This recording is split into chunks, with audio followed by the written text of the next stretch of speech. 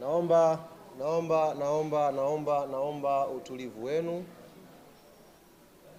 na wote ambao mmeingia kwenye chumba hichi cha mikutano na waandishi wa habari, kama hautakuwa na busara ya kukaa kimya, basi ni vyema nikuombe utafute eneo lingine la kuwepo. Kwa muda huu chumba hiki cha waandishi wa habari kinatakiwa kiwe na utulivu. Mzungumzaji hapa ni mmoja, ni mimi. Kwa ningeomba pia na simu zenu ziwe silent, tuweze kulifanya jambo hili kwa haraka, tuweze kulimaliza.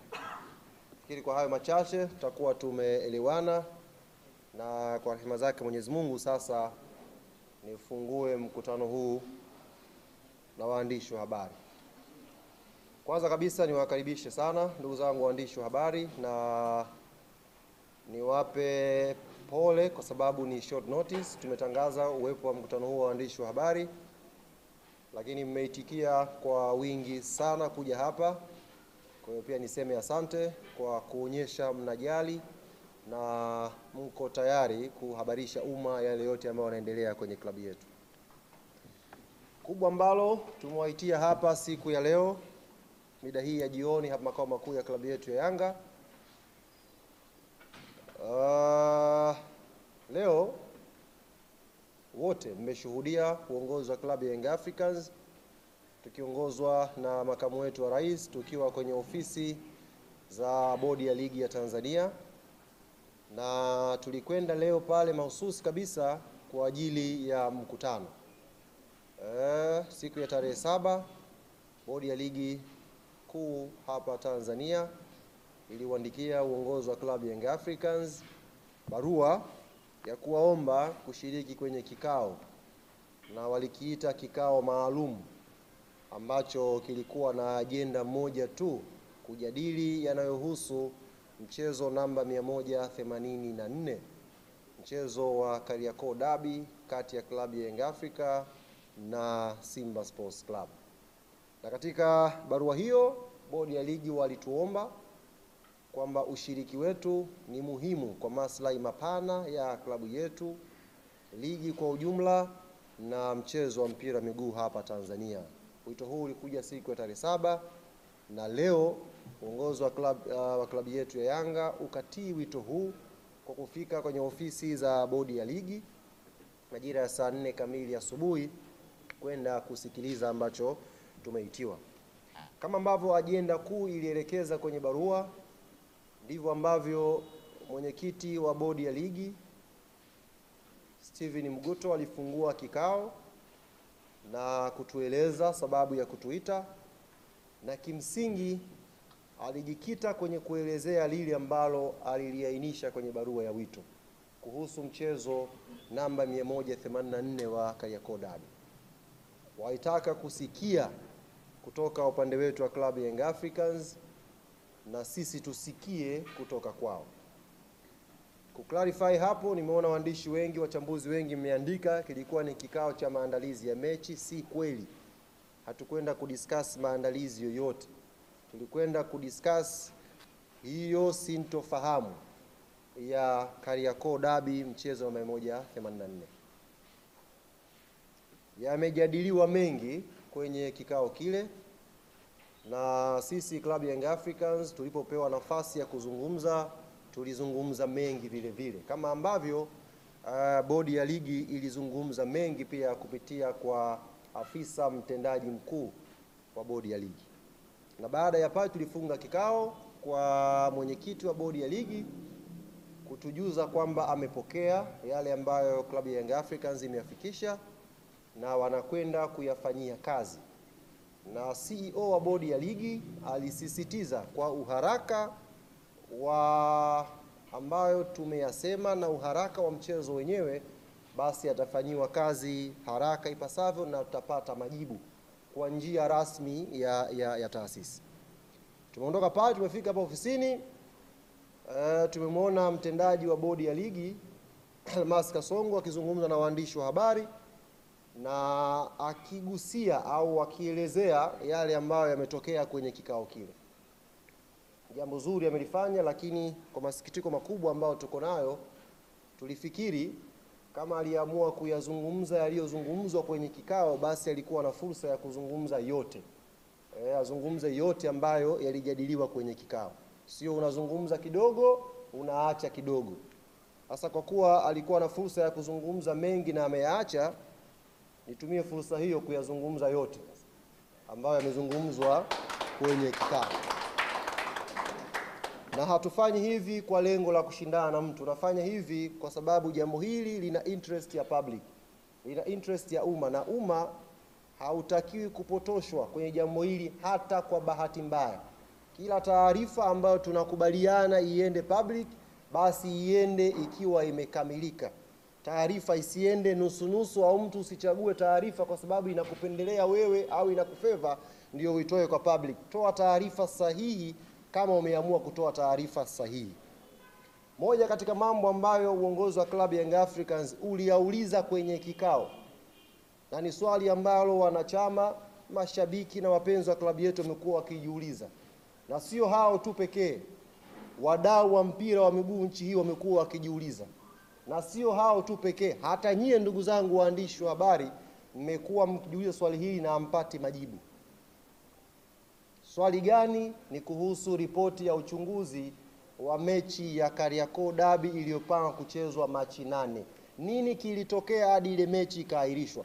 Hatujawahi kupata ripoti. Nyie hamjui ripoti, na sisi hatujui hiyo ripoti. Ilikuwa swali la kwanza kuulizwa kwenye kikao. Ndio maana nikasema unapokuja kuelezea taarifa ya kikao, ni vyema ukaelezea taarifa yote, usiguse nusu nusu.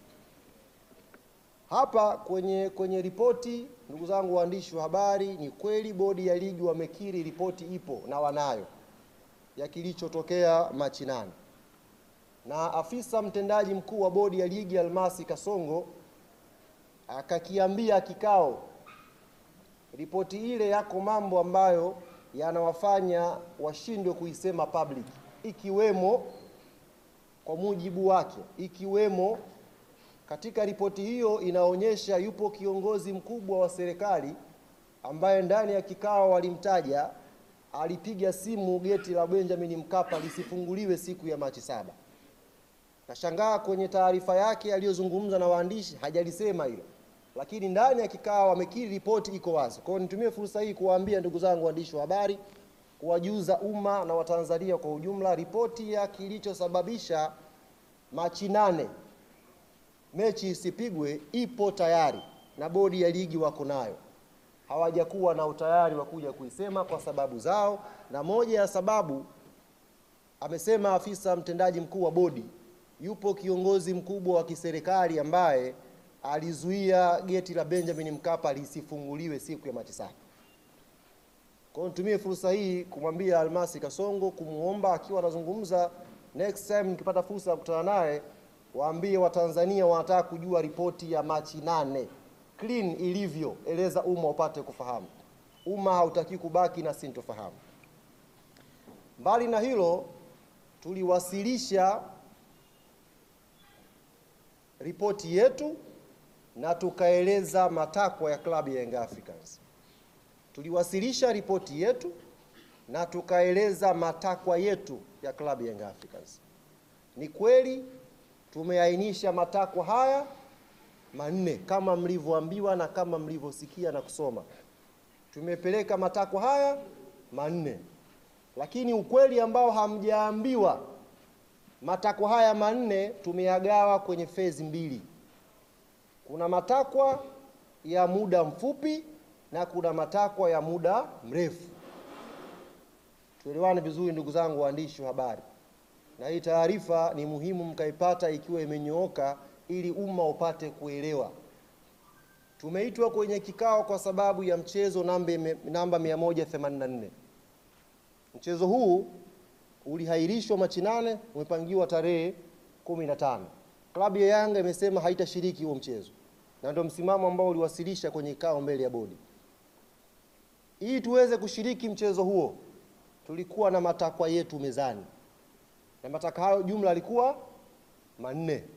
Katika haya 4, ndugu zangu waandishi wa habari, 3 ni matakwa ambayo tunaamini yakitekelezwa kwa haraka klabu yetu Young Africans itakuwa tayari kwenda uwanjani kwa tarehe nyingine tofauti na 15 kwenda kucheza mechi ya Kariakoo Derby. Lakini takwa moja katika hayo manne ni takwa la muda mrefu, sio takwa la leo wala kesho. Kwa hiyo asitokee mtu akawadanganya kwamba klabu ya Yanga imekuja kuomba haya, akafu katika haya kuna mchakato sijui upitie uende wapi. Ni uongo. Tumeomba matakwa manne na matakwa haya yapo kwenye phase 2. Na barua yetu tuliyowasilisha bodi ya ligi imejielezea specific kwamba mkitekeleza matakwa haya matatu mbungi inapigwa. Ili moja ni takwa kwa ajili ya mpango wa muda mrefu. Matakwa haya manne ni yapi? Na matatu ambayo specific tumeainisha ili yafanyiwe kazi tuweze kucheza pia ni yapi? La kwanza linakwenda sambamba na la pili. La kwanza, klabu ya Young Africans imetaka kuvunjwa mara moja na kujiuzulu kamati nzima ya uendeshaji na usimamizi wa ligi kuu Tanzania. Hii ilikuwa namba moja. Kuvunjwa au kujiuzulu kwa kamati nzima ya uendeshaji na usimamizi wa ligi Tanzania. Takwa hili linakwenda sambamba na takwa la pili la kujiuzulu kwa afisa mtendaji mkuu wa bodi ya ligi, CEO wa bodi ya ligi. Kwa nini takwa la kwanza na la pili linakwenda pamoja? Na kwa nini tumesema hili likitekelezwa klabu ya Young Africans iko tayari kucheza mchezo na 184? Kwa sababu kuhairishwa mechi ya Machi 8, tunaamini kama klabu hapakufuatwa utaratibu na palikuwa pana uvunjwaji mkubwa wa kikanuni. Hapana utaratibu uliofuatwa na kulikuwa na uvunjwaji mkubwa wa kikanuni. Hivyo tunaamini CEO wa bodi ya ligi na kamati ya uendeshaji na usimamizi wa ligi ilifanya haya kwa makusudi kabisa kwa ajili ya kuipa favor timu fulani. Sasa basi, kwa sababu watu hawa wamevunja kwa makusudi kwa ajili ya kuweka upendeleo kwa baadhi ya timu kanuni na kuhairisha mchezo wa Machi 8, Club Young Africans haitakuwa tayari kushiriki mechi hii ya 134 namba 84 kama kamati nzima ya uendeshaji na usimamizi wa bodi haitajiuzulu au kuvunjwa na afisa mtendaji mkuu pia na yeye kuondoka. Jambo la tatu ilikuwa ni kujiuzulu kwa katibu mkuu wa TFF, ndugu Wilfred Kidao. Kwa nini uongozi wa klabu ya Young Africans umeweka hili kama takwa? Ndugu zangu waandishi wa habari, hiki kilio mmekuwa mkikisikia sana. Na sio ukisikia, mmekuwa mkikiona. Kumekuwa na maamuzi ya hovyo, maamuzi mabovu kwenye michezo ya ligi kuu Tanzania msimu huu. Waamuzi wamekuwa wakifanya maamuzi ya hovyo sana. Lakini kwa bahati mbaya, waamuzi hawa wamekuwa wakijirudia kwenye mechi na hawachukuliwi hatua yoyote licha ya kufanya madudu kwenye baadhi ya mechi. Yaani mwamuzi anakosea leo, kesho anarudi, kesho kutwa anarudi na hakuna hatua yoyote inayochukuliwa, ndugu zanguni. Sasa kamati ya waamuzi ipo chini ya katibu mkuu wa TFF. Tunaamini haya madudu yanayotokea haya, kuto kuchukuliwa hatua kwa waamuzi kwa wanaoyafanya, kuna influence yake. Hivyo na sisi hatutakuwa tayari kucheza hiyo mechi ya namba 184 kama katibu mkuu wa TFF hatakuwa amejiuzulu. Hatutakuwa tayari kupeleka mechi pale the same referees kwenye chombo kile kile, mtu yule yule, na tukapeleka timu. There is no way hilo likatokea. na hii nimeisema specific mpate kuielewa. Katibu mkuu wa TFF, kamati ya waamuzi ina ripoti kwake, na madudu yote ambayo yanapigiwa kelele na klabu ya Young Africans imeainisha kwenye ripoti yake mbele ya bodi ya ligi. Kila kosa la waamuzi tumeliainisha mbele ya bodi ya ligi, na makosa haya, masikitiko yetu ni kwamba watu hawachukuliwi hatua licha ya kukosea, wanarudi tu. Yani wanarudi, mtu anakosea leo anapangiwa mechi Jumatano, Jumatano anakosea anapangiwa mechi Jumamosi. Repetition hii uongozi wa klabu ya Young Africans hauoni kama katibu mkuu wa TFF anastahili kuendelea kwenye nafasi yake, kwa sababu hakuna haki inayopatikana kwenye pitch. Hakuna haki inayopatikana kiwanjani. Ligi yetu inavyosemwa ni ligi namba 4 kwa ubora barani Afrika. Fakta ya waamuzi hauwezi kuacha kuitaja. Ili tuweze kumaintain ubora na hadhi na thamani ya ligi yetu, ni lazima tudili na hili tatizo. Na mzizi wake ni mtu anayeshughulika kupokea hizi ripoti, anatakiwa awajibike. Na mtu huyu ni katibu mkuu wa TFF Wilfred Kidau. Sasa kwenye barua yetu, haya matatu nilowatajia, ndugu zangu waandishi wa habari: la kwanza, kuvunjwa kwa kamati ya usimamizi na uendeshaji wa bodi ya ligi; namba 2, kujiuzulu kwa afisa mtendaji mkuu wa bodi; namba 3, kujiuzulu kwa katibu mkuu wa TFF. Haya matatu, na kwa barua yetu tumeelekeza haya matatu yakifanyiwa kazi, haya matatu ni matakwa ya muda mfupi, tutakuwa tayari kupeleka timu.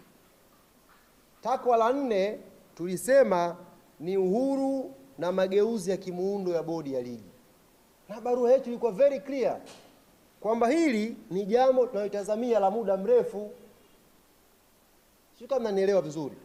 Hii ni jambo la muda mrefu. Next season huko tunaweza sasa kuanza kufikiria kuwa na bodi huru inayojitegemea, na ndio standard za dunia, kuwa na bodi huru inayojitegemea. Niwape mfano ndugu zangu waandishi wa habari, kwenye press conference hiyo press alofanya CEO wa bodi ya ligi leo, nyie mlikuwa pale, amezungumza na mnaona namna gani bodi ya ligi haina power. Kazungumza, mlikuwa mnasikia namna gani amesema kuna chombo cha juu cha kuahirisha mechi, namna gani amezungumza kuonyesha bodi ya ligi haina decision zake. Sasa sisi hii tulitoa kama pendekezo ya next season, sio kwenye kusolve issue ya Kariakoo Derby. Ieleweke vizuri na asipotoshe mtu hapa. Maana nimeona CEO wa bodi ya ligi amepiki huo kama mfano, kama mapendekezo ya Yanga ni ya muda mrefu, kwa mfano muundo wa bodi ya ligi. La kuondoka yeye hajasema. Yeye kapiki kwamba bwana mapendekezo ya Yanga ameyaleta, ukiyatazama mengi ni ya muda mrefu, hatuwezi kuyashughulikia hapa, sio iende wapi. Matatu ya muda mfupi tumeainisha, na barua yetu ilikuwa very clear kwake yeye. Hakuna muda mrefu, very clear, ni ya muda mfupi. Tumewakilisha na tumeeleza. Kwa hiyo tunafikiri haya matatu yakifanywa kazi, haya mbungi itapigwa. Sasa niwaambie ndugu zangu waandishi wa habari, kama haya matatu hayatafanywa kazi, kama kamati ya uendeshaji ya ligi haitavunjwa na hawatajiuzuru, kama afisa mtendaji mkuu wa bodi hatajiuzuru, kama katibu mkuu wa TFF hatajiuzuru, klabu yetu ya Young Africans msimamo wake ni huu: hatutashiriki mechi namba 184, hatutacheza mechi zilizobaki za ligi msimu huu, 2 zilizobaki. Klabu yetu haitashiriki pia ligi kuu msimu ujao. Yaani sio kwamba ni hapa. Hatutacheza mechi namba 184, hatutacheza viporo viwili vya ligi vilivyobaki, hizo mechi 2 za ligi, na hatutashiriki rasmi ligi kuu msimu ujao. Taratibu nyingine zote zinaendelea kwa kamati tendaji. Tutakwenda wapi, tutafanya nini, tunajua cha kufanya. Na nitumie fursa hii kuwaambia wote ambao mnafikiri kwamba tunafanya mzaha, ndugu zangu, kwenye hili we are more than serious. Tuko serious zaidi ya mnavyodhani, zaidi ya mnavyofikiria. Na kama yuko mmoja wao pengine anakaa na kuwadanganya kwamba kuna pointi ya Yanga itapunguzwa, ndugu zanguni, huyo mtu aache hayo mawazo mara moja. Hakuna pointi ya Yanga itaguswa, na kama yuko mwanaume kugusa hiyo pointi aguse, aone nguvu ya wananchi inazungumzaje. Kama yuko huyo mtu ambaye anawaambia punguzeni pointi hapa, aguse na ajaribu kugusa hata nusu pointi. Hiyo pointi 15 mbali, nusu pointi aguse, alafu ataiona nguvu ya wananchi inazungumzaje. Hizi pointi 73 ndugu zangu tumezipata kwa jasho sana. Haikuwa rahisi Yanga kuwa kinara wa ligi sasa hivi. Kuna jasho limemwagika. Kuna fedha imetoka hapo. Watu wameingia gharama. Watu wamepata shida, wameacha familia zao kusafiri umbali mrefu kuisupport hii timu. Alafu ukae na tai useme na kata pointi. Jaribu kugusa pointi moja ya Yanga Afrika. Jaribu. Na niongezee hapa, tuonyeshe kwamba we are very serious kwenye hili. Nimeona leo imetoka taarifa fainali ya kombe la shirikisho la CRDB tarehe 28 Zanzibar. Niambie ofisi ya katibu mkuu wa TFF na tuwaambie wenye mashindano haya benki ya CRDB. Klabu ya Yanga haitacheza mchezo huo wa fainali kama hatujalipwa pesa yetu ya ubingwa msimu uliopita. Tuko very clear. Mpaka maana tumeleana kwa muda mrefu hapa. Kama hatujalipwa deni letu, haki yetu ya ubingwa ya kombe la shirikisho la CRDB msimu uliopita, Yanga haitacheza hiyo mechi, na huko pia hatuchezi. So very clear. Kama hatujalipwa hela yetu ya ubingwa, hii ni haki yetu. Msimu mzima tumeisubiri hapa, tumeshaandika barua sana. Tushaandika sana barua hapa. Sasa iko very clear, na huu ndio msimamo wa taasisi. Kama hiyo hela hatalipwa ya ubingwa, taarifa hii ifike kwa ofisi ya katibu mkuu wa TFF, iwafikie na wenye mashindano benki ya CRDB. Yanga hawatakuja Zanzibar kucheza hiyo mechi mpaka hela imeingia kwenye akaunti. Zaidi ya hapo hakuna maelezo mengine.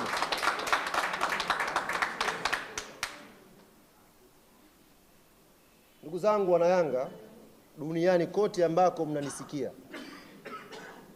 aminini msimamo huu wa viongozi wenu ni msimamo ulionyooka, msimamo usioyumba, na hayuko mwanadamu wa kutuyumbisha kwa hapa tulipofika. Tutasimamia haki yetu kwa maslahi mapana ya klabu yetu na maslahi mapana ya mchezo wa mpira wa miguu Tanzania.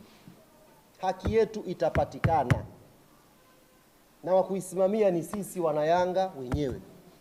Viongozi ambao tumewachagua kuwaweka madarakani ni viongozi ambao wamenyooka na wanasimamia kwenye haki wanayoamini klabu ya Yanga inastahili kuipata.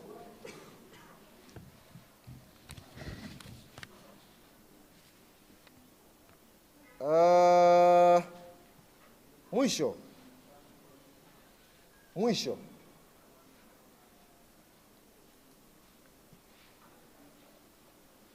mambo matakwa matatu ya muda mfupi ambayo klabu ya Yanga tumeyapeleka bodi ya ligi kwamba yakifanyiwa kazi hayo Yanga iko tayari kushiriki mchezo kwa tarehe tofauti na tarehe 15.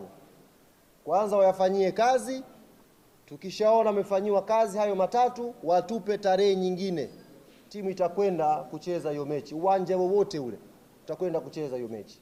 Jambo la kwanza nimewaambia ni kuvunjwa au kujiuzulu wa kamati nzima ya uendeshaji wa bodi ya ligi.